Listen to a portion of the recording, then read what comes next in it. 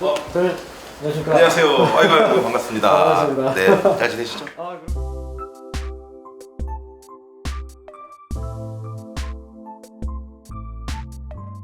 요즘에 또 국정조선의 예산안이냐 면서 또 사회랑 정치권이 또 굉장히 어지러운 상황입니다.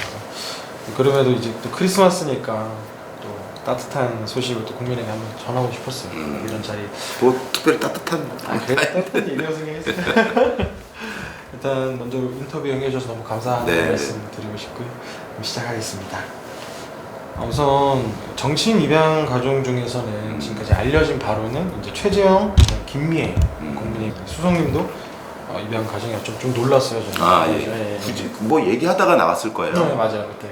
굳이 뭐 이렇게 써놓고 다니진 않는데. 그렇죠. 제가 인터뷰를 요청하기는 또 했지만은 정치인으로서 입양 과정이라고 좀 밝힐 결심 그리고 이 인터뷰 자리에 응하게 되신 때까지 그 과정이 좀 쉽지는 않으셨을 것 같아요. 좀 쉬우셨을 수도 있고. 뭐 어렵지는 않아요. 그러니까 저희가 뭐 일단 기본적으로 입양이 대단히 특별하고 다른 거라고 생각하진 않기 때문에 가정을 이루는 여러 가지 방식 중에 또 하나이고 가족이 되는 여러 가지 방법 중에 하나라고 생각을 하고 있고요. 그래서 누가 물어보면 뭐 이렇게 뭐 늦게 낳으셨네요? 뭐 이렇게 그냥 이렇게 일반적으로 물어보는 경우 있잖아요. 그랬을 때는 약간 고민될 때도 있죠. 이걸 굳이 뭐 낳았다고 안 낳았다고 입양했다고 얘기를 해야 되나? 뭐 이런 때도 있긴 하지만 또 그런 자연스럽게 얘기하다 보면 또 굳이 숨기거나 가려야 될 일들도 아니고 또 우리 아이한테도 그런 입양 사실이나 이런 것들을 지속적으로 어릴 때부터 계속 얘기하면서 아직 그게 인지가 아주 정확히 인지하고 이러진 않지만 어느 정도는 또 알고 느끼고 있어요. 좀 5살인데 그래서 자연스럽게 입양에 대한 이야기도 하고 또 입양 가족들끼리 교류나 같이 나눔 이런 것들도 하면서 자연스럽게 입양에 대한 것들도 아이가 알고 인식하고 갈 수 있게끔 이렇게 하고 있는 과정이기 때문에 이제 또 엄마 아빠들도 또 다른 분들이랑 얘기할 때 자연스럽게 그런 얘기가 나오면 얘기하기도 하고요. 그렇습니다.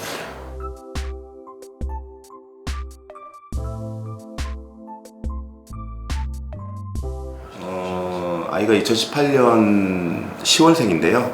2019년 초에 이제 입양을 해서 같이 살게 됐고 법적 절차나 이런 거는 아마 좀 기간이 좀 필요해요. 그게 그래서 아마 제 기억으로는 19년 8월 달에 완전히 입양이 완료됐고요.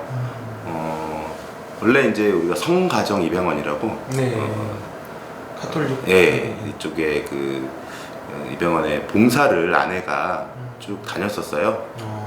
거기 이제 입양 가기 전에 또 있는 아이들 근데 또 이제 그런 아이들에 대해서 이제 지원도 하고 봉사도 하고 이런 활동을 하다가 또 오랫동안 얘기도 나눴죠. 부부간에 우리 입양에 대해서 진작에 얘기도 하다가 이것도 정말 딱 맞는 이런 부분이 있어야 되잖아요. 시기도 그렇고 여러 가지가 근데 그게 또 우리 서원이랑 잘 확보해서 연결돼서 입양하고 이렇게 가정을 꾸려서 잘 지내고 있습니다. 그럼 혹시 결혼하신 지는 얼마나? 제가 2007년 1월 달에 결혼을 했고요. 입양은 2019년도 초에 했으니까 준비하는 시간이 또 논의하는 시간 서로 의견을 묻고 준비하는 시간이 좀 어느 정도 있었기 때문에 이게 어느 하나만 원한다고 해서 되는 문제는 아니잖아요. 그래서 부부간에 충분히 얘기를 하고 그다음에 부부뿐만 아니라 또 양가 가족들이 있잖아요. 또 저희 부모님, 또 처갓집, 또 제 동생이랑도 또 얘기 나누고 다양한 의견들을 듣고 준비하면서 입양을 이렇게 하게 됐고요. 준비하는 기간도 꽤 오래 걸렸어요. 왜냐면 입양하겠다고 해서 또 맞는 아이가 바로 있는 것도 아니거든요. 그러면 그런 기간과 이런 것들이 잘 맞아 떨어지고 그때 우리 마음이나 준비도 어느 정도 맞아 떨어지고 이렇게 해야지 할 수 있는 거기 때문에 근데 그런 나름대로 한 못해도 한 입양하기로 마음을 먹고 한 3년 정도는 네. 준비를 했던 것 같아요. 아, 3년. 예. 3년이라면 좀 긴 시간이. 그렇죠. 그러면 이제 그런 교육도 있고요. 그 기간 동안에 네. 그다음에 충분한 가족끼리의 대화나 또 그런 게 다 끝나도 또 아이와 잘 맺어지는 그런 또 시간이 있거든요. 그래서 그런 부분들을 좀 시간이 어느 정도 그래도 걸리는 일이어서 그 시간을 거쳐서 입양을 하게 됐습니다.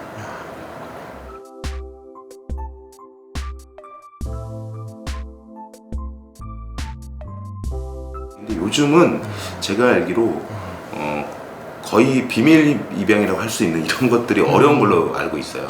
그래서 아이의 어떤 성장 과정이나 이후에 이런 것들도 다 고려를 해서 아이가 자기가 이제 어떻게 입양이 됐고 자기의 어떤 역사라고 해야 되나 자기의 삶의 어떤 궤적들을 최대한 부정하지 않고 알 수 있게끔 하는 방식으로 하는 것들이 많이 좀 예전과는 달라진 부분들이 있고요. 그래서 뭐 공개 입양으로 해서 여기저기 공개한다 이런 게 아니라 굳이 숨기지 않고 그럴 필요도 없고 그래서 그거는 뭐 누가 물으면 대외적으로도 그렇고 아이한테도 어렸을 때부터 그런 이야기들을 하고 그런 친구들도 같이 만나고 이러면서 내가 되게 특별하고 좀 다르다 이런 생각보다는 이런 방식들도 있고 이런 가족이 되는 방식들도 있고 또 이런 친구들도 주변에 많이 있네 이렇게 보면서 자라게끔 이렇게 하는 거거든요. 그리고 이렇게 된 게 또 한 10년, 20년 정도 그런 변화의 역사들이 있습니다. 그러니까 입양이 어떤 방식이 좋다라는 거는 답이 있는 건 아니잖아요. 그렇죠. 근데 이제 좀 전반적인 흐름상 어떻게 하는 게 가족 전체에게 또 아이에게 어떤 자신에 대한 정체성이나 이런 부분들을 어떤 어려움 없이 잘 느끼고 성장할 수 있게 하느냐 그런 방안으로 여러 선배들이 입양을 했던 선배들이 고민하면서 또 고쳐가면서 지금 현재는 약간 이런 방식으로 하는 것들도 여러 가지 방법 중에 좋은 방법 중에 하나다 이런 의견들이 좀 모아지는 부분들이 있고요. 저희는 또 이제 그런 방식에 좀 동의를 하기 때문에 그렇게 하고 있는 거죠. 아직은 그래도 뭐 보실 때 어떠세요? 좀 사회적인 어떤 시선이라든가 폐쇄적인. 글쎄요, 많이 달라졌어요. 그래서 저희도 사실 두려움도 사실 있었죠. 과연 일단 이게 근데 입양에 대한 두려움이라기보다는 기본적으로 이제 육아 어린아이에 대한 두려움도 있었고, 근데 또 그것도 입양은 또 많지는 않잖아요. 어떻게 보면 좀 다르게 보일 수도 있는 건 사실 현실이고 하니까. 근데 다른 선배들이 뭐 5년, 10년, 20년 이렇게 해온 과정들 이런 방식을 한 걸 보면서 조금 용기, 자신감 이런 걸 좀 많이 얻었죠. 아, 이런 방식으로 하면 되는구나. 그러면서 이제 그런 입양에 대한 어떤 편견이나 이런 것들이 없이도 충분히 우리 아이와 우리 가족이 잘 해내갈 수 있겠다 이런 생각이 들어서 그런 분들에게 많이 고맙죠. 이런 선배분들이 공유하고 알려주고 같이 나눌 수 있어서. 그럼 이런 경험 공유가 굉장히 중요한 그렇죠. 입양 그렇죠. 하기에. 아이가 뭐 어느 때가 되면 어떤 말을 한다거나 뭐에 대해서 궁금해 한다거나 뭐 5살이 되면 7살이 되면 그런다거나 또 10살이 되고 이러면 좀 깊은 고민에 빠진다거나 이런 것들이 그때 어떻게 했는지 어떻게 해서 잘 이렇게 했는지 아니면 좀 어려워졌지만 어떻게 극복했는지 이런 것들을 그런 선배 입양 과정들을 통해서 듣고 또 경험을 계속 나누고 그런 관계들이 형성돼 있거든요. 그걸 통해서 많은 도움을 받고 있죠. 굉장히 좀 이게 활성화가 더 될 필요가 있을 것 같아요. 또 적극적으로 저희도 노력을 해요. 그러니까 주말마다 그런 또래의 입양 가정의 친구들과 부모들이 같이 만나서 놀면서 자연스럽게 그런 얘기를 할 수 있는 자리들도 만들고 우리 서원아 우리 입양 모임 입양 가족 모임 가는 거야. 그럼 아이가 이제 입양이라는 거에 대해서 처음에 잘 모르더라도 우리 입양 가정이고 입양이 그리고 이제 말을 잘 알아듣지 못해도 설명을 이렇게 쭉 해주는 거죠. 자연스럽게 그거를 알아듣고 꼭 그거는 좀 다른 경우 다르다고 느끼는 사람들도 있는데 이것도 가정을 이루는 하나의 방식이고 서원이를 이렇게 사랑해주는 사람 이런 것들은 더 많고 더 똑같고 이런 얘기들 이렇게 해주면서 이제 그런 거를 조금씩 알고 얘기하기 시작하죠. 뭐 예를 들어서 근데 이제 애가 지금 유치원에 다니는데요. 근데 우리가 미리 유치원 선생님들께 얘기를 드려요. 편지를 쓴다거나 왜냐면 이제 유치원 가면은 뭐 결혼, 출산, 아기가 태어난다, 뭐 이런 가족 이런 걸 이제 배우잖아요. 네, 그래서 그런데 그 과정에서 우리는 다른 형태로 입양이라는 형태로 가족으로 되어 있다라는 이루어 있다라는 이런 얘기들을 쭉 해주면서 또 유치원이나 이런데 그런 얘기들도 하고요. 때에 따라서는 반편견 입양 교육이라는 게 있어요. 유치원에 같은 반이나 아니면 학교 뭐 이런 데서 입양이 가정을 이루는 여러 가지 방식 중에 하나이고 이게 다른 게 없다. 똑같이 사랑하는 가족들이고 똑같이 행복하게 지내는 가정이고 이런 것들을 보여주고 또 거기에서 어떤 편견을 갖지 않도록 하는 그런 교육도 있거든요. 저희가 사실 그런 것도 좀 하고 저희 아내가 그런 강사로도 왜냐면 그런 요청들이 많이 있을 수 있잖아요. 그래서 다른 학교에서 하기도 하고요. 또 아이가 있는 곳에서 필요하다고 하면은 그런 것들도 진행하기도 하고 하면서 지내고 있습니다. 또 입양뿐만 아니라 원래 5살쯤 되면은 7살쯤 되면은 생각지도 못한 얘기 많이 해요. 꼭 입양이어서가 아니라 그냥 뜨끔한 얘기들 막 이런 얘기들 많이 하는 때이고 사춘기 때문에 또 마찬가지죠. 입양이어서 힘든 게 아니라 사춘기이기 때문에 겪는 여러 가지 자기 정체성과 이런 거에 대한 고민들 이런 것도 얘기하고 거의 비슷하다고 저는 오히려 생각을 해요. 교육이 굉장히 중요한 것 같아요. 그래서 저희도 반편견 입양 교육을 강사로 배우고 실제로 하기도 하고 그런 활동들을 하고 있는 거예요. 왜냐하면 꼭 아이들뿐만 아니라 선생님들이나 그 아이를 둘러싸고 있는 어떤 뭐 학교라든가 뭐 이런 걸 구성하고 있는 구성원들 중에서도 아직 입양에 대한 어떤 생각의 차이 또 이런 걸 잘 이해하지 못하는 이런 부분도 얼마든지 있잖아요. 아직 이게 좀 낯선 이런 걸 수도 있고 하기 때문에 물론 그걸 또 잘 이해해 주는 분도 계시지만 안 그런 경우도 있기 때문에 이거는 계속 우리가 우리 아이가 또 우리 가정이 이렇게 맞닿는 문제니까 늘 그런 것들을 얘기하고 설명하고 이렇게 하면서 좀 어려움들을 좀 이렇게 좀 뭐랄까 없앤다고 할까 이런 조건들을 만들려고 하고 있죠. 그럼 아이는 네. 손모의 그 아이였나요? 아니면 보통 그런데 이제 그거는 서로 잘 얘기를 하진 않고요. 보통은 근데 대부분 90% 이상 그럴 거예요. 거의 이제 그런데 그래서 입양에 대한 부분들이 되게 중요하고 하고 이런 부분이 있고 또 입양 논의할 때 또 늘 얘기되는 흐름 중에 하나는 그러면 그러니까 어쨌든 입양이라는 거는 아이가 가정에서 가족으로서 사랑을 받으면서 자랄 수 있게 하는 환경과 조건을 만들어 주는 건데 뭐 이런 언제 논쟁 아니면 이런 의견 차이도 늘 있어요. 그러면 최대한 입양을 많이 할 게 아니라 원 가정이라고 하나요? 이런 쪽에 대한 지원, 그 미혼모들이나 키우기가 어려운 조건이기 때문에 입양을 하는 거잖아요. 그러니까 요즘은 옛날처럼 입양이 뭐 우리 아이를 안 키운다 이런 개념이 아니에요. 더 좋은 조건에서 우리 아이가 내가 지금 그런 조건이 안 되는데 더 좋은 조건에서 이 아이가 잘 자랐으면 좋겠다라는 마음, 그런 마음으로 입양을 선택하는 경우도 많이 있거든요. 근데 이제 그렇게 되면 이제 입양을 더 좋은 조건으로 할 수 있는 어떤 계기점으로 하는 경우도 있고 또 다른 한 측면에서는 그래도 입양보다는 원가정에서 더 잘 좀 어렵더라도 키울 수 있는 조건들과 지원들을 많이 만들어줘야 되는 거 아니냐 뭐 이런 의견들도 있어요. 근데 이거는 저는 아주 뭐 상호 어떤 대칭적이거나 아니면 뭐 서로 어떤 반하는 이런 게 아니라 최대한 그런 조건들이 서로 다 보장이 돼야 된다는 거죠. 원가정에서 키울 수 있는 조건들이 지원해주는 정책들도 쭉 가야 되고, 만약에 그런 조건이 안 됐을 때는 좋은 절차와 제대로 된 이런 과정들을 통해서 또 입양을 통해서 아이가 좋은 과정을 잘 만나고 찾을 수 있게끔 하는 이런 과정들도 필요한 거고. 근데 이게 어떤 경우에는 이게 되게 이게 대립적인 걸로 막 이해되거나 아주 단편적으로 이렇게 되는 경우도 종종 있어요.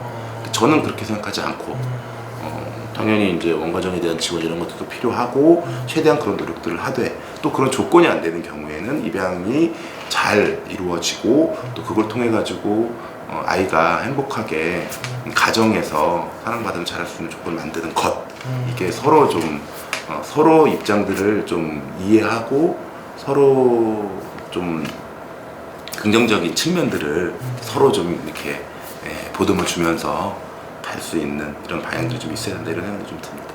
요 논쟁들이 조금 있거든요, 사실. 이게 입양 정책이나 뭐 소위 또 미혼모라던가 아니면 입양을 해야 되는 상황에서 어떤 그런 정책에 있어서 이런 논쟁들이나 이런 고민들이 좀 있습니다, 사실.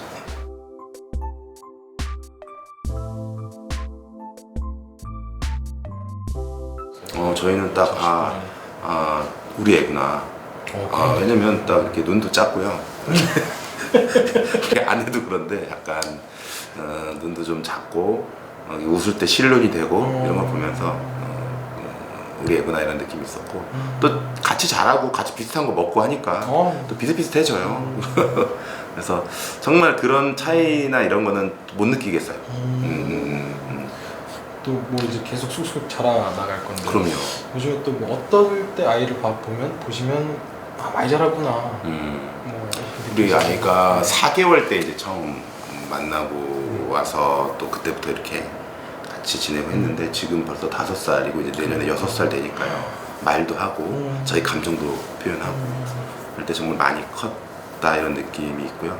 사실 입양했다라는 느낌을 못 받을 때가 많죠. 그러니까는 그 이제 육아의 문제, 애가 성장하면서의 어떤 달라지는 부분, 그러니까 똑같은 거예요. 뭐 또 청소년기가 되면 그때의 어려움, 그렇죠. 이런 게 좀 많고, 생리주기나. 아직까지 뭐 이렇게 입양이기 때문에 더 어렵다, 이런 거는 잘 못 느끼겠어요. 물론 약간 아까 말했던 이런 거 있습니다. 그 여러 관계들 중에 이제 입양 모임도 좀 해야 되고, 아까 얘기했던 반평균 입양 교육 같은 이런 것들도 좀 해야 되고, 그건 우리가 이제 좀 더 우리 아이에게 좋은 조건을 만들어주고 사회적인 인식이 좀 또 개선되고 이렇게 하기 위해서, 편견이 없게 하기 위해서 하는 부차적인 노력들인 건데, 추가적인 노력들인 건데, 그건 뭐 충분히 할 수 있는 거고, 이게 또 꼭 입양이 아니더라도 다 조건에 따라 다르잖아요. 아이가 뭐 장애가 있다거나 아니면 뭐 느린 학습자라거나 아니면 아이가 또 예민하다거나 아니면 어디가 아프다거나, 그럼 거기에 맞는 부모들이 또 조건을 만들어주고 역할들을 해야 되는 거잖아요.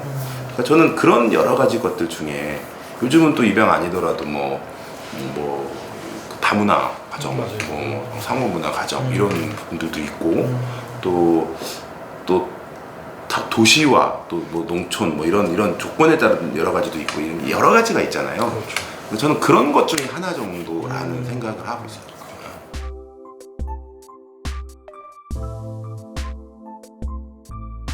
출산적인 측면에서 보면은 일단 아이를 키우고 같이 살 수 있는 조건이 돼야 될 거 아니에요. 그렇죠. 그러면 이게 고용이라던가 경제적인 문제, 교육비, 또 어떤 한 아이가 서로 좀 믿고 신뢰하면서 사회 속에 성장할 수 있는 조건이 가능하냐, 일단 그게 안 된다는 거잖아요. 개인이든 어떤 또 한 가정 부부든지 간에 지금 젊은 세대 같은 경우에는 둘이 열심히 벌어도 하나를 또 하기도 어렵고 이런 조건들이 있고, 지금 저희 같은 경우도 예를 들면은 우리 아이 이제 저도 맞벌이니까요. 이제 베이비시터, 그러니까 아이가 유치원 갔다 오면은 저희 퇴근하면은 뭐 빨리 와도 7시, 좀 늦으면 8시, 이제 6시 퇴근해서 오면은 이렇게 되잖아요. 그러면은 뭐 얘가 이제 지금 유치원 갔다가 1시 반이나 이렇게 오는데, 내년부터 조금 늘어나겠지만 그 기간 동안에는 뭐 방법이 없어요. 그러면 그 기간 동안에 뭐 학원을 보내거나 이러지 않으면, 근데 아직 학원 보내기도 어리잖아요. 그런 거 베이비시터가 해야 되고 거기에 또 당연히 비용이 발생하고 그러면 거의 둘이 버는 것 중에 한 사람이 버는 거는 거기에 또 이렇게 들어가야 되고 그럼 그것뿐만 아니라 많은 여러 가지 교육비라던가 이제 이런 것들이 있기 때문에 이런 경제적인 조건들이 이런 출산과 양육 이런 것들을 어렵게 하는 가장 기본적인 조건들이다. 그래서 그거를 개선하지 않고 그게 달라지지 않고 생각을 바꿔라 라고 얘기하는 거는 정말 고리타분한 얘기인 거예요. 그런 얘기 많이 하잖아요. 우리 정치 중에서 뭐 여성들이 뭐 출산에 대한 출생에 대한 생각을 뭐 해야 되고 뭐 젊은 사람들이 이래도 얘기를 하는데 그런 조건이 안 바뀌는 상황에서 그렇게 하는 거는 정말 뭘 모르는 소린 거죠. 그런 정책 결정자들이 많이 있고 그래서 저는 아이를 잘 키울 수 있는 조건 그런 삶의 조건들 또 이런 특히 아이들에 관련해서는 교육이라던가 의료라던가 기본적인 조건들에 대한 지원들 이런 것들을 적극적으로 하는 것이 출산율을 높일 수 있는 그런 출생의 어떤 어려움들을 극복할 수 있는 기본 조건들이다 이제 이렇게 생각을 하고요. 그다음에 입양 같은 경우는 저는 입양이 막 많아져야 된다 이렇게 생각하진 않아요. 그러니까 이제 그거는 그 조건들이 다 다르니까 아이들의 상황이나 또 가정의 상황 이런 게 다 다르니까 좀 키우기가 어려운 조건이지만 원가정에서 더 잘 키울 수 있도록 지원을 좀 해주는 부분이 있을 수도 있고 그래도 어려운 조건이거나 이랬을 때는 입양을 통해 가지고 더 잘 키울 수 있고 성장할 수 있게 하는 조건이 있고 그거는 그 아이의 입장에서 어느 것이 더 좋을지를 사회가 계속 보고 같이 좀 지원해주고 이런 것들이 좀 필요하지 않나 이렇게 생각을 합니다. 그리고 입양이 막 늘어야 된다 이렇게 생각하지도 않아요. 그러니까 그건 여러 아이를 위해서 조건들이 다른 아이들이 있는데 그 아이에게 가장 좋은 아이를 잘 키우고 성장시키는데 좋은 애가 행복한 그런 방식들을 그 방식대로 지원해 주는 것 이런 정책들 이런 게 좀 필요하다 생각합니다.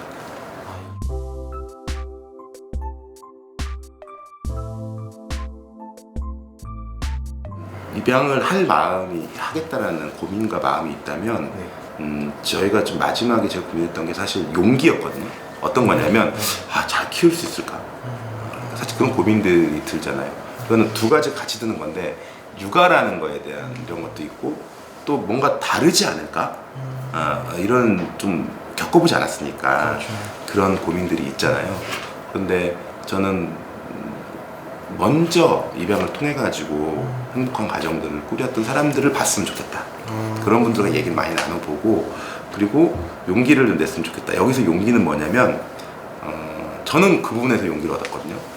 미리 겪어본 선배들이 그때 어려울 때 어떻게 했는지 이런 얘기를 들으면서 이런 관계들이 있으면 그냥 막막한데 혼자 있는 게 아니라 그런 어려움들을 같이 할 수 있는 또 풀어갈 수 있는 조건이 되겠구나 이런 생각을 했어요. 그래서 그런 고민하는 분이 있다면 늘 있습니다. 그런 입양 카페도 있고 선배들도 있고 또 그런 모임도 있습니다. 거기에서 좀 많이 들어보고 이건 뭐 빨리 뭘 하는 게 중요한 게 아니라 그런 확신과 마음이 있는 게 중요한 거고 그 상황에서 좀 흔들리지 않는 어떤 할 수 있고 그래도 잘할 수 있다 이런 게 있어야 되는 거니까 사실 입양이 아니더라도 처음부터 다 두렵잖아요. 좋은 아빠 좋은 엄마 될 자신부터 있는 사람이 어딨어요. 그렇지만 응팔인가? 거기에서도 성동일이 그러더라고요. 아빠는 아빠가 처음이잖아요. 그렇죠. 마찬가지예요. 입양 가정도 마찬가지고 입양이 아닌 가정도 마찬가지고 그렇기 때문에 근데 다만 이제 입양 가정이 조금 낯선 부분들이 있고 조금 다른 부분들이 있다고 느껴지는 분이 있지만 또 그렇게 겪어오고 수십 년 동안 키워오고 그런 게 쌓여 있는 것들이 우리 사회에 많이 있습니다. 그래서 그런 것들이 또 예전에는 그걸 다 숨기고 아니면 이런 식의 것들이 많아서 개별적 영역에 있었지만 이게 어쨌든 하나의 국가적인 정책이라던가 아니면 그런 커뮤니티를 통해서 서로 좀 행복한 것을 나눌 수 있게 하고 어려움들을 같이 나눠서 극복할 수 있게 하는 그런 모임들, 자조 모임들도 있고 하기 때문에 그런 부분들의 도움, 그런 부분들에 대해서 많이 얘기 나누면서 이런 이야기들을 들으시면 그게 도움이 될 거라고 생각합니다. 모임과 커뮤니티는 관계 형성이 굉장히 중요하다고 그렇죠. 말씀하시죠. 그거는 그 부모한테도 중요하고 아이한테도 중요하고 그렇습니다. 이거는 뭐 별개의 문제일 수도 있지만 네. 뭐 가장 잘 아시는 부분이실 거예요. 뭐 헬로윈 네네네. 참사로 먼저 하늘나라로 보낸 아이를 그런 부모님들이 네. 많이 좀 슬픔 속에 네. 맞춰져 있으세요. 대통령 사과나 이런 차별 방지 대책도 뭐 요구를 하고 있긴 해도 네. 뭐 일부 정치인들 사이 사실 음. 최근에 네. 또 창원 시의원도 그랬고 좀 부적절한 언사들을 통해서 좀 유족들이 더 네. 많이 뭐 상처에 고춧가루 뿌리듯이 정치권 이런 인식이 좀 어디에서 갑자기 이렇게 저는 일단 정치의 기본 저는 공감이라고 생각하거든요. 그러니까는 어려움에 처한 분들, 아니면 기쁜 분들, 힘든 분들, 아니면 성공해서 이걸 내용 공유하고 싶은 분들 이런 것들에 대해서 좀 공감할 수 있는, 특히 어려움에 처한 분들에 대해서는 현장에서 그런 내용들을 보고 공감할 수 있는 것들이 제일 우선이 돼야 된다고 생각을 해요. 저는 그런 망언들이나 이런 것들은 그런 공감 능력이 없는 거고, 그런 능력, 그게 없는 상황에서 자기의 어떤 개인적인 좁은 생각, 또 진영 논리 이것만 가지고 생각을 하는 거죠. 저는 일단 그 유족들이나 피해 당사자들의 어떤 마음에서부터 공감에서부터 출발을 해서 좀 그런 부분들을 위로하고 또 정책적으로 이런 재발 방지라던가 이런 것들을 할 수 있게 하는 이런 방향으로까지 더 나가야 된다고 생각하는데, 그 애초에 공감, 꼭 이 참사뿐만 아니라 어려운 상황이 있을 때, 경제적으로 서민들이 어려울 때의 공감. 왜 서는 위치가 다르면 보이는 풍경이 다르다고. 근데 우리나라 정치권들이 그런 위치가 완전 다른 사람들이 주로 많은 거죠. 그래서 저는 좀 그런 일반적인 사람들, 서민들, 보통 사람들과 공감할 수 있는 위치에서 그런 것들이 가장 필요한 거고, 그게 없으니까 그런 거 아니냐. 또 국민들도 또 그런 공감들을 잘 할 수 있는 아마 비슷한 사람을 또 정치인으로 만들고 이런 것도 또 필요하지 않겠어요. 그런 것들도 필요하다고 보여집니다. 그렇죠. 이제 정치인으로서 말씀하셨던 네. 또 아버지 입장에서 네. 좀 헬로윈 참사 유가족분들에게 좀 전하고 싶은 말씀. 또 그 얘기는 해주고 싶어요. 그럼에도 불구하고 또 그런 아픔에 대해서 공감하는 사람들도 많이 있고, 국민들 중에서 정치인들 중에서는 그게 왜곡돼서 드러나는 경우도 많이 있지만, 그 아픔을 공감하고 정말 같이 위로하고 이러는 국민들도 많이 있다는 거 아마 아실 거고 보실 거예요. 또 이런 분들이 또 희망이고, 또 그런 분들이 다시는 이런 일들이 일어나지 않게 우리 사회의 어떤 이런 사회적 참사뿐만이 아니라 어떤 어려운 곳, 뭐 이런 부분들에 대해서도 좀 더 나은, 어제보다 나은 곳으로 갈 수 있는 이런 생각을 가진 분들도 많이 있다. 그런 분들과 같이 나누고 공감하고 하면서 좀 힘든 부분들은 또 그 아이들이나 그런 분들이, 또 피해자분들이 우리 사회에 어떤 던지는 또 남긴 숙제일 수도 있잖아요. 그걸 같이 해나갈 사람들이 있으니까 그걸 좀 보시고 좀 힘내서 같이, 또 그러려면 진상규명이 제대로 돼야 되는 거잖아요. 원인이 뭐고, 그래야 재발 방지가 어떻게 되는지 이렇게 방향도 잡고 할 수 있으니까, 그런 공감하고 있고 개선하고자 하는 사람들과 손잡고 힘내서 좀 나갔으면 좋겠다, 이런 생각. 그렇죠. 참 저도 이번에 기자회견장에 유가족분들 오셨을 때 막 처음으로 막 눈물이 막 나는 거 그때 처음 느꼈어요. 그런 감정. 그러니까 아이가, 가족이라는 거 다 똑같잖아요. 어떤 형태든지 다 똑같습니다. 그 옛날에 흔한 말로 그런 말 있잖아요. 뭐 가슴으로 나온 자식이라는 얘기도 있고 뭐 이런 얘기도 있지만, 어떤 형태든지 간에 가족으로 다 마음이 똑같고, 그러면 그런 아이에 대해서, 그런 가족의 어떤 슬픔이나 이런 것에 대해서 공감하는 이런 능력이 정말 필요한 것 같아요. 그래야지 뭐 어떤 요구가 들리지, 완전 딴 사람 얘기라고 생각하는데 뭐 대책이나 이런 게 관심이 나올 리가 없잖아요. 그렇죠. 네. 맞습니다. 네. 이제 마지막으로요. 네. 서은이한테 꼭 전하고 싶은 말씀이 있는데요. 전 서은이가 살아가는데 불편함이 없고 행복한 조건들을 만들어주고 싶어요. 그게 이제 개인적으로 해야 될 부분도 있고, 아빠로서 또 정치는 또 사회적으로 해야 될 부분도 있고. 그래서 근데 저는 그냥 뭐 아직 애가 어리니까 어릴 때는 건강하게만 자라다오였다가 조금 크면은 공부를 좀 잘했으면 좋겠다, 운동을 좀 잘했으면 좋겠다, 남들보다 잘 이런 마음으로 바뀐다고 하잖아요. 근데 아직까지는 우리 아이 지금 유치원이기 때문에 건강에만 자라고 또 하여튼 어디에서 좀 불편하지 않게 또 자기가 또 마음이나 이런 게 행복하게 잘 했으면 좋겠다 이런 마음이 있어요. 그래서 그렇게 할 수 있는 사회적인 조건들, 개인적으로 또 지원해주고 조건들도 있지만 사회적인 그런 것들을 좀 만들 수 있었으면 좋겠다라는 생각을 늘 하고 있고, 그게 또 제가 진보 정치를 통해서 사회를 그렇게 바꿔보고자 하는 이런 게 또 있는 거고요. 특히 진보 정치를 하는 이유 중에 하나는 약자, 가난한 사람들, 소수자 이런 사람들도 똑같이 인정받고 대우받을 수 있는 권리를 인정받을 수 있는 그런 세상을 만들어야 우리 아이도, 어떻게 보면 우리 아이도 어떤 부분에서 소수자일 수 있잖아요.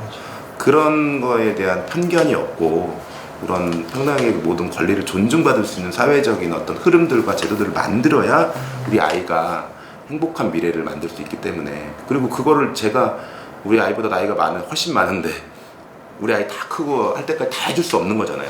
사회적으로 그런 흐름을 만들고 그런 변화를 만들어 주는 게 우리 아이가 더 행복하게 살 수 있는 길이라는 확신을 하고 있기 때문에 개인적으로 해주는 건 개인적으로 해주는 대로, 또 사회적으로 그런 변화된 사회를 만드는 거는 또 되게 중요하게 우리 아이를 위해서 해야 될 몫이다.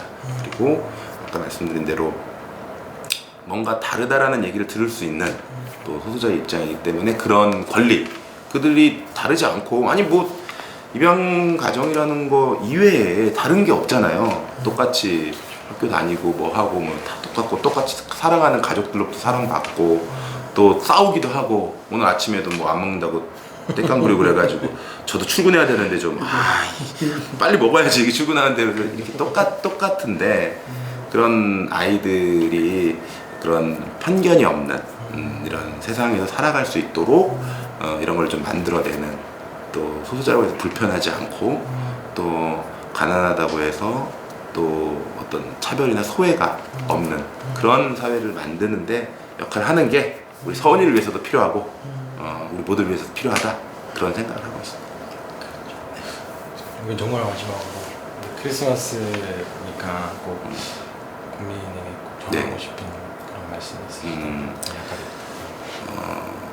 저는 우리 국민분들이 지금 내년에 경제도 어려워질 거라고 하고 또 정치권을 이렇게 보면은 좋은 얘기 말고 막 서로 헐뜯는 얘기들만 있잖아요.